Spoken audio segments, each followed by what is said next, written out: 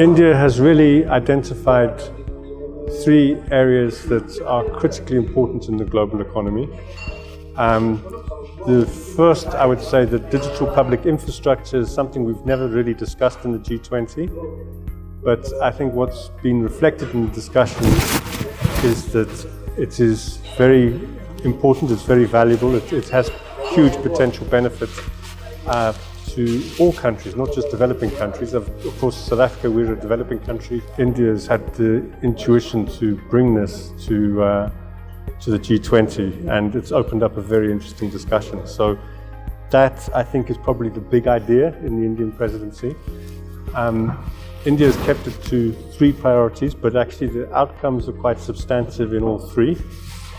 So there is going to be, so it's not really a narrow scope. We've got a lot of discussions ahead of us.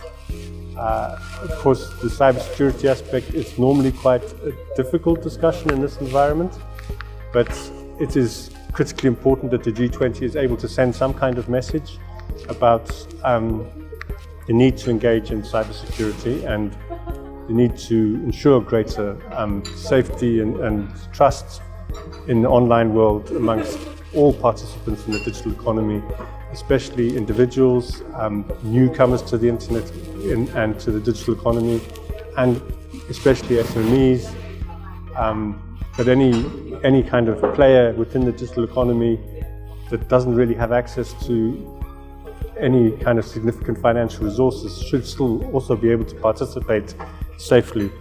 So it is very important that the G20 does kind of give some kind of framework and guideline for people to interact safely in the digital economy. And digital skills, of course, is something we've often discussed. You can't really talk about the digital economy without continually looking at the skills question. And in the outcomes that have been proposed by India, they've looked at the digital skills framework and identified gaps within the digital economy where you have a situation where there's a lot of people without jobs and there's a lot of jobs that are not occupied by people.